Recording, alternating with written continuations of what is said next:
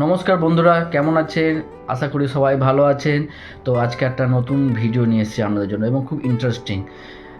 প্রথমে আমিও যখন দেখলাম, দেখে আমিও কিন্তু বেশ একটু মানে অবাকই হয়ে গেছিলাম।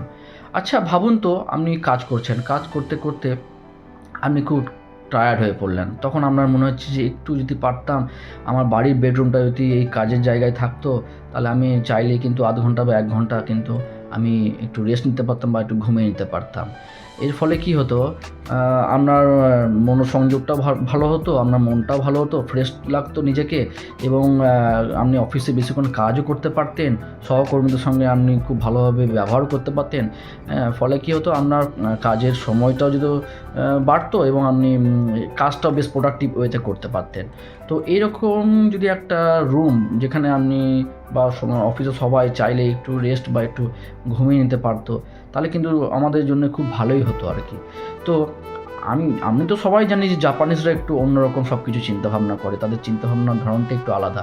তো আজকে আমি একটা জানতে পেরেছি যে এরকমই একটা কিন্তু রুমের ব্যবস্থা আমাদের ল্যাবে আছে, যেটা আমরা চাইলে কাজ করতে করতে যদি একটু টায়ার্ড হয়ে পড়ি বা যদি মনে হয় যে হ্যাঁ, রাতে এক্সপেরিমেন্ট করবো, তো আমরা রাতে যেটা শেখানো আর কি চাই, তো সেখানে কি আমরা চাইলে ঘুমাতে পারবো।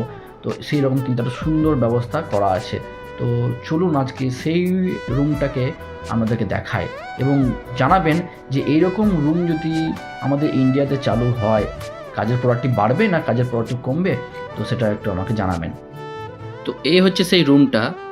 এখানে প্রত্যেককেই একটা করে কার্ড দেওয়া হয়, যেটা স্টুডেন্ট কার্ড বা স্টাফ কার্ড। তো সেই কার্ডটা এই মেশিনের উপর ঠেকালেই এই দরজার লকটা খুলে যায়। তারপর দরজাটা খুলে যখনই ভেতরে ঢুকছি, তো দেখতে পাচ্ছি আমরা যে এখানে একাধিক সুন্দর সাদা সাদা পর্দা বিশিষ্ট কিন্তু অনেক বিছানা সুসজ্জিত আছে এবং এই বিছানাগুলো এক একটা স্টুডেন্ট বলো বা স্টাফ বলো, তাদের জন্য কিন্তু নির্দিষ্ট থাকে।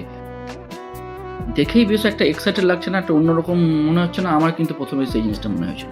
এখানে দেখো অনেকগুলো কিন্তু ব্ল্যাঙ্কেট রাখা আছে এবং এগুলো কিন্তু সবই কিন্তু আনইউজড।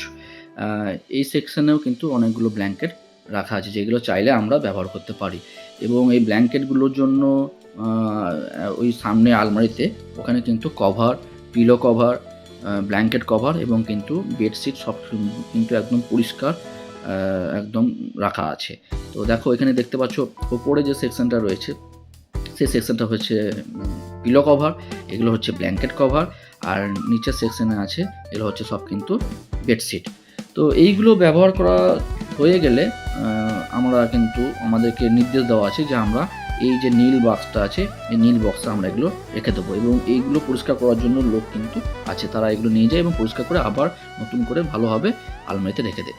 তো এই বেডটা আমার নামে নির্দিষ্ট, তাই আমি এই বেডটা সুন্দরভাবে সাজিয়ে নিয়েছি। Bedsheet, pillow cover, blanket cover সব পেতে নিয়েছি। এখন আমি একটু শুয়ে পড়বো। তো বন্ধুরা দেখতে পাচ্ছ আমি সুন্দর করে গুছিয়ে শুয়ে পড়েছি আমার নিজস্ব ন্যাপিং রুমের নিজস্ব বেডে। তো আমার তো খুবই ভালো লাগছে একটু কাজের ফাঁকে একটু শুতে পেরে। তো কমেন্ট বক্সে জানাও আমাকে কেমন লাগলো এই রকম একটা ব্যবস্থা। এটা কি আমাদের ইন্ডিয়াতে প্রয়োজন নাকি প্রয়োজন নেই?